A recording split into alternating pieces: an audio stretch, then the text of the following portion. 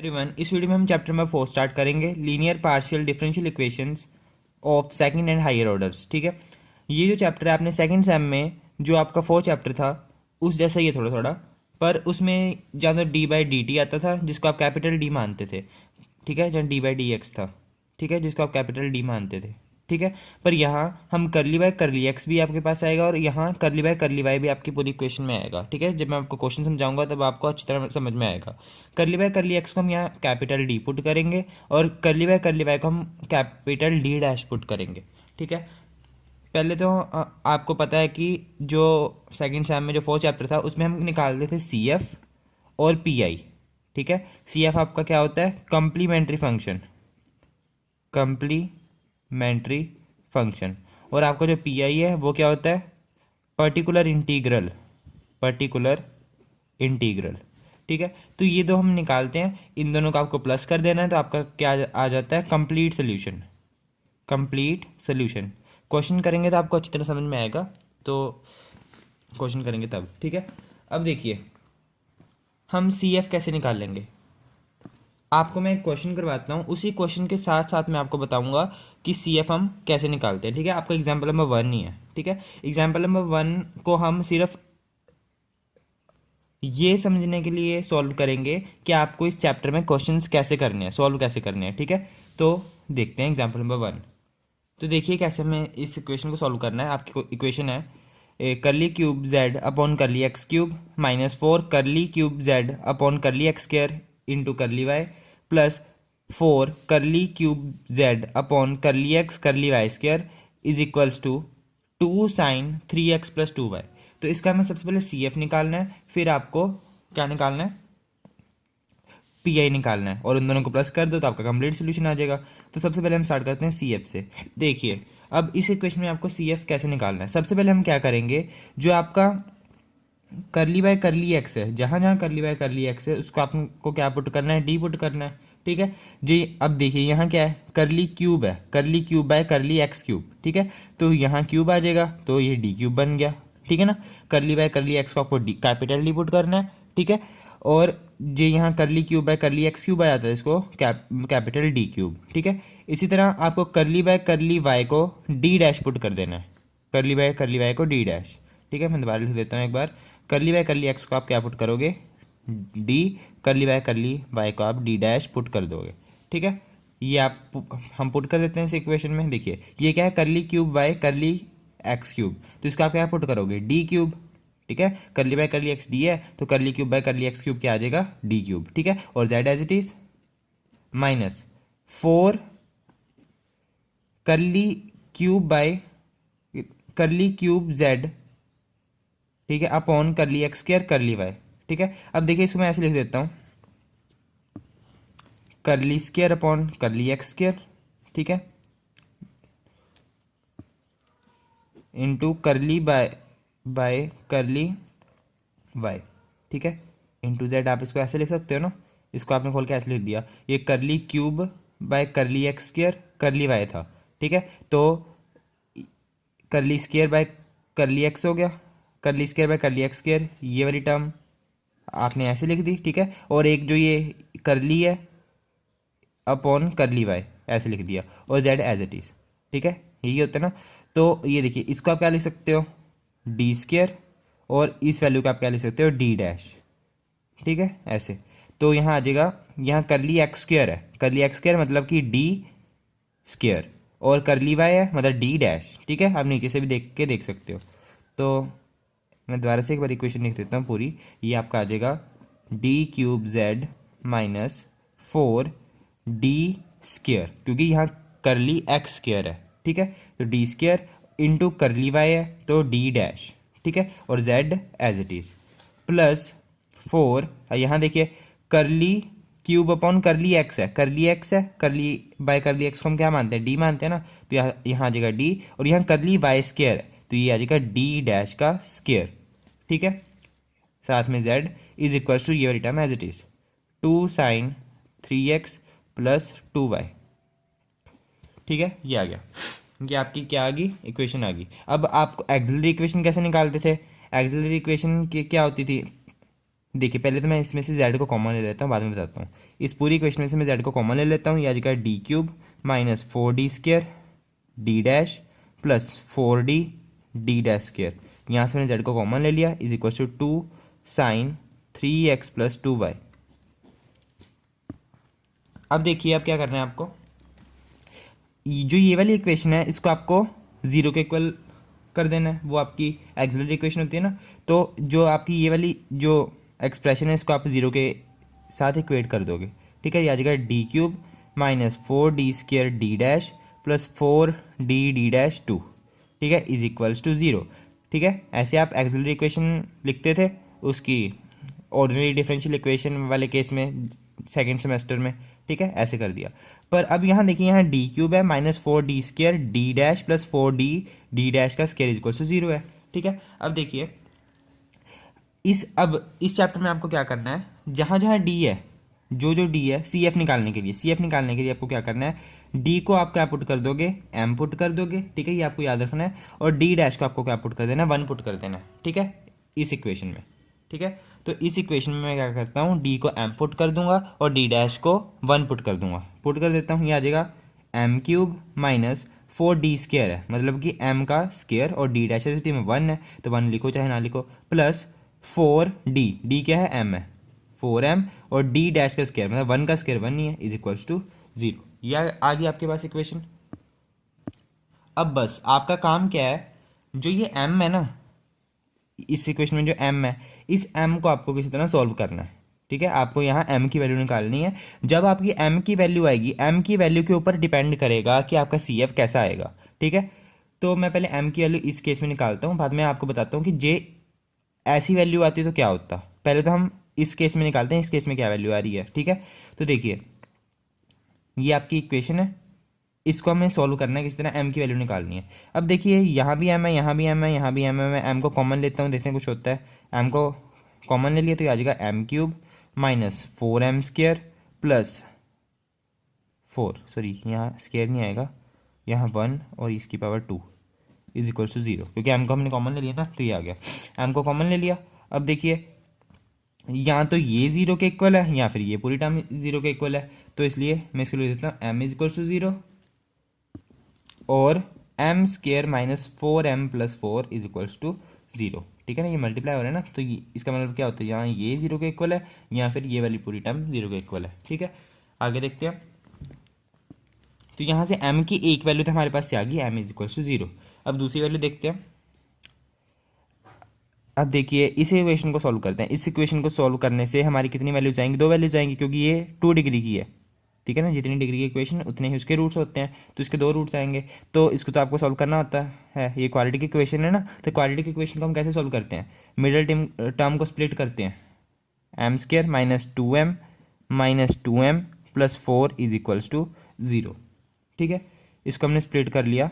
अब देखिए यहाँ से m और m कॉमन आ रहा है, ठीक है, यहाँ से मैं m को कॉमन ले लेते हैं, m माइनस 2 बचेगा, माइनस यहाँ इस टर्म में से हम माइनस को कॉमन ले लेते हैं, माइनस को हमने कॉमन ले लिया और साथ के साथ 2 भी कॉमन आ रहा है, 2 को भी ले लेते हैं, तो बीच में क्या बचेगा, m minus 2 is equals to 0।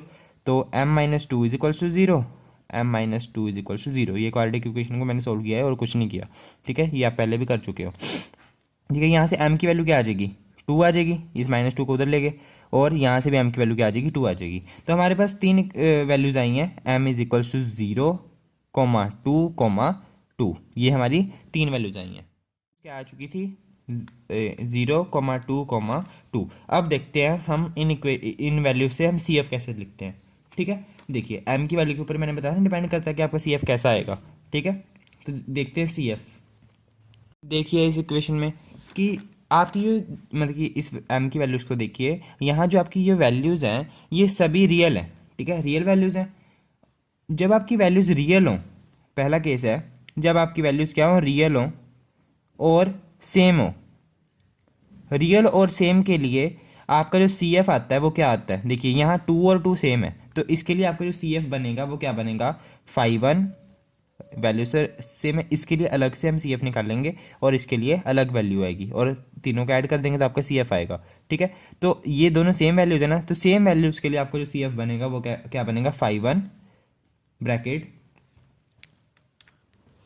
Bracket पहली वैल्यू आपकी क्या है 2 है, ठीक है, पहले तो हम लिखेंगे y, 5 1 ब्रैकेट y प्लस पहली वैल्यू इंटू एक्स, ठीक है, प्लस अब आपको क्या करना है, दूसरा फंक्शन लेना है, आपको उसको x से मल्टीप्लाई करवा देना है, into x 5 2 bracket start y plus दूसरी वैल्यू भी 2 है एक्स, ठीक है। ये आपकी तब है जब आपकी वैल्यूज क्या है सेम है, ठीक है। 5 1 y प्लस 2x, 2 को ही आपको देखना है, x का कॉफिशिएंट वो वाला कॉफिशिएंट लेना है आपको जो आपकी m की वैल्यू आई हो, ठीक है। तो 2 आई है तो y प्लस 2x, ठीक है, प्लस आपकी दूसरी वैल्यू भी सेम है, उस केस में आपको क्या लिखेंगे plus x 5 2 y plus 2x, ठीक है। ये सी एफ निकाला है आपने जब दो वैल्यू सेम है, ठीक है। अब देखिए आपकी जो जो तीसरी वैल्यू है वो अलग आई है, उसके लिए आप क्या लोगे, मैं इस क्वेश्चन का आंसर दे देता हूँ पहले तो 5 3, इसके लिए आपने क्या लिखा 5 3, ये दो, ये जो आपका कॉम्प्लीमेंट्री फंक्शन है ये दो सेम वैल्यूज़ के लिए था, अब एक वैल्यू आपकी डिफरेंट आई है, इसके लिए आपको ऐड कर देना है 5 3 into Y plus 0 into X, ठीक है, क्योंकि ये वैल्यू डिफरेंट है और 0 इंटू एक्स क्या होता है, मतलब कि y प्लस 0 इंटू एक्स क्या आ जाएगा, कल y आ जाएगा, ये तो 0 बन गया, तो आपका आ गया 5 3 y, ठीक है। तो ये आपका कॉम्प्लीमेंट्री फंक्शन आ गया इस केस में, ठीक है। तो सी एफ जब सेम है, जब वैल्यूज आपकी सारी सेम है, तब उस केस में आपको ये लिखना है 5 1 y प्लस पहली वैल्यू जो आपकी आई है सेम ही आई है, मतलब जो सी मर्जी वैल्यू जो सेम है 2 है इंटू एक्स प्लस एक्स, आपको एक्स से मल्टीप्लाई कराना है 5 2 वाई प्लस दूसरी वैल्यू आपकी 2 है इंटू एक्स, मान लेते हैं आपकी जो तीनों वैल्यू सेम आई हैं, तीनों वैल्यू ही आपकी 2 2 2 आई है, तब आप क्या करते, तब आप लिखते पहली वैल्यू आपकी 2 है तो 5 1 वाई प्लस 2x, ठीक है, दूसरी वैल्यू भी आपकी 2 है सेम है, इसलिए आपको x से मल्टीप्लाई करवा के फिर 5 2 वाई प्लस 2x, ठीक है, ये तो पूरा टर्म सेम रहेगी, बस आपको ने x से मल्टीप्लाई करवा दिया, ठीक है, और यहाँ 5 1 की जगह 2 ले लिया, ठीक है, और तीसरी वैल्यू भी आपकी सेम आई है 2 ही आई है, तो इस केस में एक्स स्क्र 5 3, अब देखिए यहाँ x था, अब एक x और मल्टीप्लाई करवा दिया 5 3 वाई प्लस 2x, जब आपकी जो वैल्यूज़ हैं क्या है रियल है एंड सेम है, ठीक है, रियल और सेम के लिए ये आएगा, ठीक है, ये वाला, ठीक है। अब देखिए मान लेते हैं आपकी जो तीनों की तीनों वैल्यूज हैं वो डिस्टिंक्ट है, ठीक है, रियल है और डिस्टिंक्ट, डिस्टिंक्ट मतलब सारी अलग अलग हैं, एग्जाम्पल लेके चलते हैं, डिस्टिंक्ट एग्जाम्पल लेके चलते हैं, जैसे कि एम की वैल्यू आपकी आ गई 1 2 3, ठीक है, तीनों अलग अलग वैल्यूज है ना, तो इस केस में तीनों जब अलग अलग वैल्यूज हैं, इस केस में आपको क्या करना है, देखिए 5 1 सिंपल है, कुछ मुश्किल नहीं है, 5 1 वाई प्लस पहली वैल्यू इंटू एक्स, ठीक है, प्लस 5 2 वाई प्लस दूसरी value into X plus 5 3 Y plus तीसरी वैल्यू इंटू एक्स, ये आपका आ गया कॉम्प्लीमेंट्री फंक्शन जब आपकी तीनों वैल्यूज एम की क्या आ रही हैं अलग अलग आ रही हैं, ठीक है। और क्वेश्चन जब आप करोगे ना और देखोगे तो आपको और समझ में आएगा, इसलिए अगला क्वेश्चन जब मैं करवाऊंगा वो भी आप देखना, ठीक है, सारे क्वेश्चन समझना, जहाँ अपने आप से भी ट्राई करना तभी आपको समझ में आएगा। तो ये पहला केस था जब रियल और सेम है, ठीक है, इसमें हमने वैल्यू को क्या माना था एम की 2 2 2, ठीक है, ये रियल एंड डिस्टिंक्ट, ठीक है। अब मान लेते हैं कि आपकी दो वैल्यूज तो सेम आई हैं, ठीक है, पर एक वैल्यू डिफरेंट आ गई, जैसे कि हमने इसमें किया, इसमें देखिए एक वैल्यू डिफरेंट है दो वैल्यू सेम है, ठीक है। तो इस केस में मैंने आपको बताया ही है, जो सेम वैल्यू है उनके लिए आपने लिख दिया 5 1 वाई प्लस 2x, ठीक है, प्लस सेम वैल्यू के लिए हम क्या करते हैं x को मल्टीप्लाई करते हैं x 5 2 वाई प्लस 2x, ठीक है, प्लस जो आपकी तीसरी वैल्यू आई है उसके लिए आप क्या यूज़ करोगे, डिस्टिंक्ट वाला फॉर्मूला जो हमने नीचे लगाया है, ठीक है। इसमें आपको सिंपली आपको क्या करना है फाइव 3 वाई प्लस 0x, ठीक है, ये तीसरी वैल्यू अलग है ये तो, ठीक है, ऐसे जब सेम है तो आपने साथ के साथ x को मल्टीप्लाई करते जाना है, ठीक है, पहला 5 दूसरे 5 के साथ x, ये एक वैल्यू और सेम आ गई है तो 5 3 को मल्टीप्लाई करना है x स्क्वायर से, ठीक है, ऐसे x मल्टीप्लाई करते जाना है, और ये आपकी वैल्यू डिफरेंट है तो आपको सीधा 5 3 लिखना है y प्लस जो वैल्यू है वो इंटू एक्स, ठीक है, ऐसे। तो ये सी एफ निकालने का आपके तरीका था, ठीक है। तो हमारा जो हम जो एग्जाम्पल नंबर 1 कर रहे थे उसके लिए जो सी एफ आया हमारा ये है, क्योंकि इस केस में हमारी जो दो वैल्यूज़ हैं वो सेम आई हैं, एक हमारी डिफरेंट आई है, ठीक है, तो ये तो आपका सी एफ आ गया। अब दूसरा काम ये आपका क्या होता है पी आई निकालना, ठीक है, तो इसको क्वेश्चन नंबर 1 मान लिया सी एफ को, अब हम पी आई निकालते हैं। ये तो मैंने आपको समझाया है सारे क्वेश्चनों के लिए कि क्या क्या वैल्यू आपकी आ सकती है। पी आई निकालते हैं। पी आई हम कैसे निकालते हैं, आपने सेकंड सेमेस्टर में पढ़ा होगा, नहीं भी पढ़ा तो इसमें आप समझ लीजिए। इसमें पी आई कैसे होता है, 1 जो आपकी एक्सिलरी इक्वेशन आपने बनाई होती है। देखिए इस केस में आपकी जो एक्सिलरी इक्वेशन थी वो क्या थी, ये देखिए यहाँ से आपने z को कॉमन लिया, ठीक है, तो जो ये आपकी ये वाली इक्वेशन है, ये वाली, ठीक है, तो इस इक्वेशन को आपने रेसिप्रोकल कर देना है और इनटू में ये वाली टर्म, ठीक है। बताता हूँ मैं कैसे। देखिए 1 जो आपकी एक्सिलरी इक्वेशन थी वो क्या आई थी, 1/d³ minus 4d² d' plus 4d d'², ठीक है, into 2 sin 3x plus 2y। ये कहाँ से आई टर्म, वही जो आपको क्वेश्चन में गिवन है, क्वेश्चन में यही टर्म गिवन है ना, ये पूरी टर्म इसके इक्वल थी, इसके इक्वल थी, ठीक है, तो इसको आपने लिख दिया। ये इससे आपका पर्टिकुलर इंटीग्रल निकलेगा। अब देखिए पर्टिकुलर इंटीग्रल के लिए मैं आपको सारे क्वेश्चनों के लिए समझा देता हूँ, फिर मैं इसे क्वेश्चन को सॉल्व करूँगा। देखिए पहले तो मैं एक काम करता हूँ, इस क्वेश्चन को सॉल्व कर देता हूँ। देखिए अब यहाँ साइन ए एक्स प्लस बी वाई जैसा कुछ है, ठीक है, यहाँ क्या ये टू तो कांस्टेंट है, इसको आप आगे लिख लो, इसका कोई काम नहीं है, आगे बस एज इट इज ही रहेगा ये। अब देखिए यहाँ साइन 3x प्लस 2y है, ठीक है, मतलब कि कैसी फॉर्म है, साइन ए एक्स प्लस बी वाई जैसी फॉर्म है। जब आपको 1 ये इंटू ऐसी कुछ फॉर्म गिवन हो ना, तब आपको कैसे करना है वो देखते हैं, ठीक है। देखिए आपको बस क्या करना है, कुछ नहीं करना, आपको जहाँ जहाँ डी है ना वहाँ वहाँ आप यहाँ एक्स का कॉफिशिएंट डाल दो 3, और जहाँ जहाँ डी डैश है वहाँ वाई का कॉफिशिएंट, सॉरी ये गलत हो गया, जहाँ जहाँ डी है ना वहाँ वहाँ आपको -3² डाल देना है, ठीक है। एक्स का कॉफिशिएंट 3 है ना, तो आप डालोगे जहाँ जहाँ डी है उसकी वैल्यू आप क्या पुट कर दोगे, -3 का स्क्वायर, ठीक है, और जहाँ जहाँ डी डैश है वहाँ वहाँ आपको क्या वैल्यू पुट कर देनी है, वाई का कॉफिशिएंट। वाई का कॉफिशिएंट क्या है 2, तो -2 का स्क्वायर, ठीक है।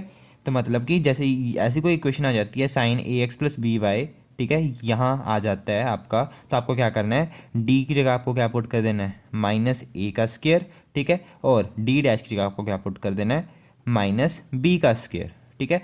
तो इस केस में a क्या है 3 है और b क्या है 2 है, तो इसको आपको ये दो जो वैल्यूज़ हैं इसको आपको इस इक्वेशन में पुट कर देना है, ठीक है।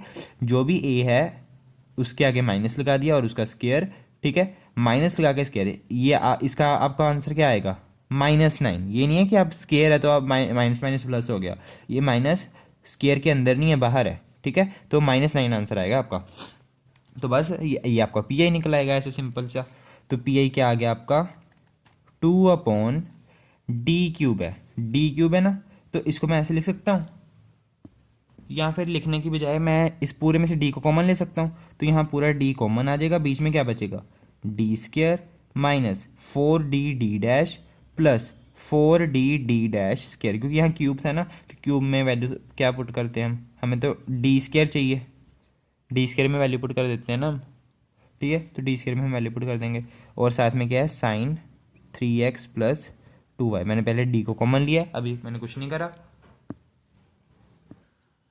ठीक है। अब d² की जगह मैं क्या पुट करूँगा, x का कॉफिशिएंट के आगे माइनस और उसका स्क्वायर -3², तो आ जाएगा पी आई क्या आ जाएगा, 1 P I is 2/d, common है बाहर, d² की जगह -3 का स्क्वायर -4। अब यहाँ देखिए यहाँ d इंटू डी डैश है, ठीक है, d की सॉरी d² की जगह पुट करना है, मैंने फिर से भूल गया, d² की जगह आपको -3 का स्क्वायर पुट करना है, और d' की जगह आपको -2 का स्क्वायर पुट करना है, d की जगह नहीं पुट करना, d के स्क्वायर की जगह, ठीक है, ऐसे d' क्यों नहीं पुट करना, d' के स्क्वायर की जगह आपको पुट करना है -2 का स्क्वायर, ठीक है।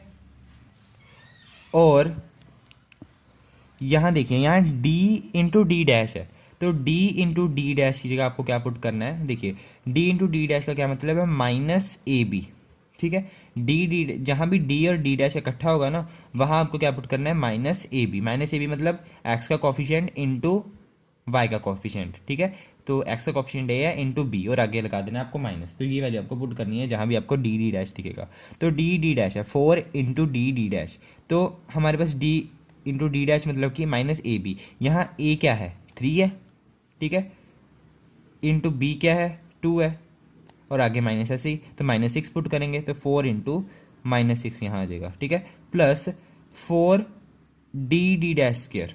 अब यहाँ से मैंने डी यहाँ से कॉमन ले लिया था ना, ये देखिए डी मैंने यहाँ कॉमन ले लिया, तो यहाँ मैंने डी गलती से लिख दिया है, कलर डी आएगा, ठीक है। अब यहाँ क्या है 4 D dash square, D dash square की जगह आप यहाँ क्या पुट करोगे, माइनस बी का स्क्र, माइनस बी मतलब कि वाई का कॉफिशिएंट के आगे माइनस लगा देना और उसका स्क्र, तो -2 का स्क्र, -2 का स्क्र, तो यहाँ पुट कर दोगे 4 इंटू -2 का स्क्र, ठीक है, ये पुट कर दिया। और जो ये चल रहा था sin 3x plus 2y as it is, ठीक है, ये तो मैं समझा रहा था, ठीक है। अब आपको क्या करना है, पी आई आपका आ जाएगा 2/d, ठीक है, ये आपकी वैल्यू क्या आ जाएगी -9 माइनस, आप इसको जब सॉल्व करोगे 4 6 जा 24, और प्लस का हो जाएगा 24, प्लस 2 2 जा, ये क्या हो गया 2 2 जा 4 हो गया, और 4 इंटू 4 16 -16,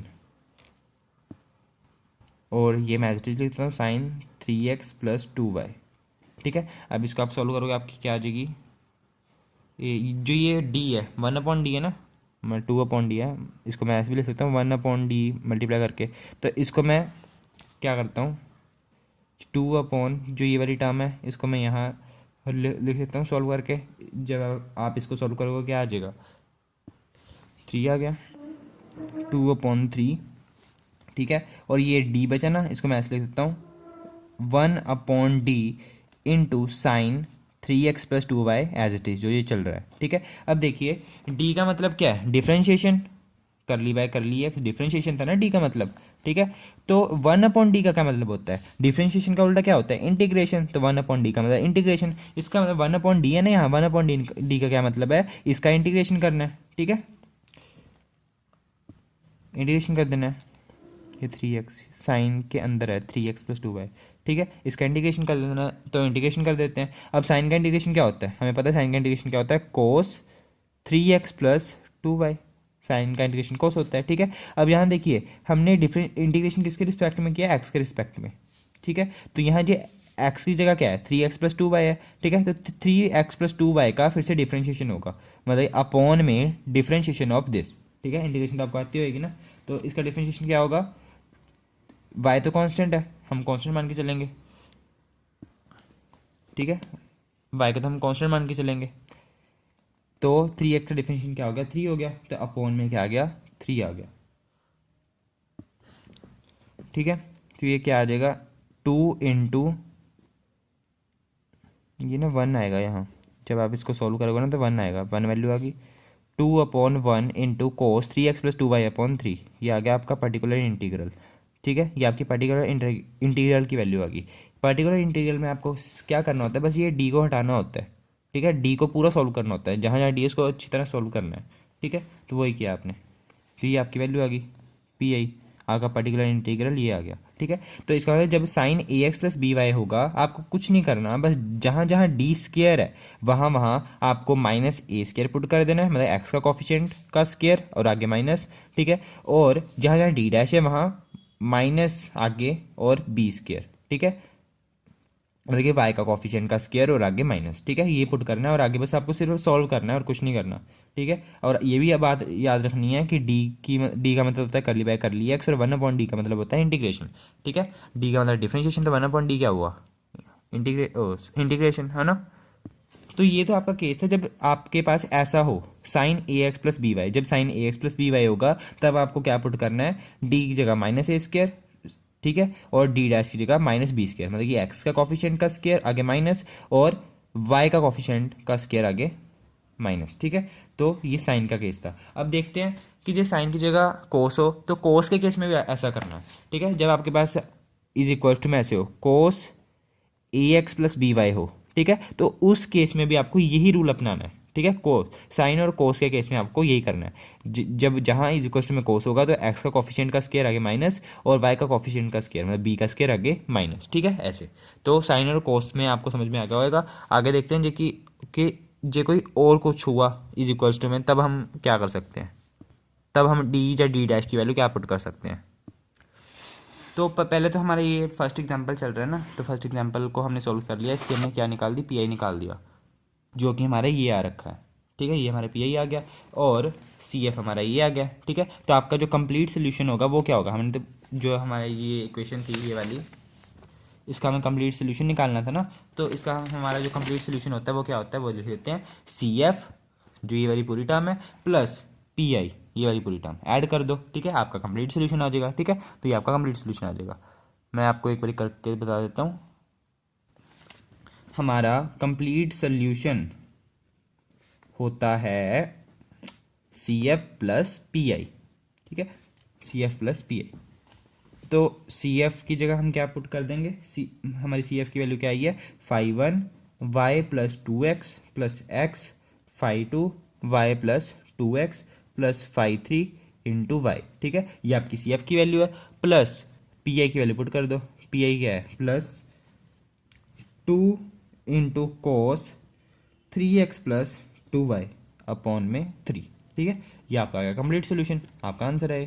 ठीक है, तो ये हमने एग्जाम्पल नंबर 1 को सॉल्व कर दिया। ठीक है, अब मैं आपको मैंने सी एफ निकालने के तरीके आपको बता दिए कि जब एम की वैल्यू के ऊपर डिपेंड करेगा। अब पी आई के केस में हमने ये पता करा कि जब साइन ए एक्स प्लस बी वाई होगा तब हमें डी को क्या पुट करना है, डी को हम पुट करेंगे माइनस ए का स्क्वायर, और डी डैश को क्या पुट करेंगे, माइनस बी का स्क्वायर, साइन ए एक्स प्लस बी वाई और कोस ए एक्स प्लस बी वाई दोनों के केस में। ठीक है, और डी और डी डैश जहां इकट्ठा होगा, ठीक है, मान लेते हैं कि ये दोनों आपस में मल्टीप्लाई हो रहे हैं, तो डी और डी डैश की जगह आप क्या पुट करोगे, माइनस ए बी। ठीक है, माइनस ए इंटू बी, आगे माइनस ए इंटू बी। और क्वेश्चन हम करेंगे उससे आपको और भी आसानी से समझ आएगा। ये थोड़ी वीडियो इसलिए लेंथी हो जाएगी क्योंकि मैं पूरा बेसिक समझाने की कोशिश कर रहा हूँ। ठीक है, तो ये था हमारा पहला केस है जब साइन ए एक्स प्लस बी वाई हो इज इक्वल्स टू में मतलब जैसे ये वाली इक्वेशन है इसके इज इक्वल्स टू में ये है ना, साइन ए एक्स प्लस बी वाई। ठीक है, ए की जगह यहाँ 3 है और बी की जगह 2 है। ठीक है, अब देखिए दूसरा केस, मान लेते हैं कि आपको इज इक्वल्स टू में गिवन है e raise to power a x plus b y. जब e raise to power a x plus b y होगा ना, तब आपको यहाँ ये करने की जरूरत नहीं है, माइनस ए का स्क्वायर माइनस बी का स्क्वायर। आपको सिंपली क्या करना है, डी की जगह ए पुट कर दो और डी डैश की जगह बी पुट कर दो। ठीक है, आप क्या करोगे, डी की जगह क्या पुट कर दोगे, ए पुट कर देना आपको, और डी डैश की जगह बी पुट कर देना। ठीक है, और जहां डी इंटू डी डैश वाली टर्म आ जाएगी वहां आप ए इंटू बी कर दोगे। ठीक है, ठीक है, तो ये आपको समझ में आ गया होगा, ये तो आसान ही है। अब देखिए केस आपका थर्ड है, जब आपके पास इज इक्वल्स में जो आपके पास आ जाता है ऐसे कुछ मतलब पॉलिनोमियल जैसा एक्स की पावर एम में या वाई की पावर एन में ऐसे कुछ आ जाता है। ठीक है, जैसे कि एक्स की पावर 2 इंटू वाई की पावर 2 ऐसे आ गया, एक्स की पावर 3 इंटू वाई की पावर स्क्वायर, ऐसी वाली टर्म्स जो इज इक्वल्स में आ जाती है।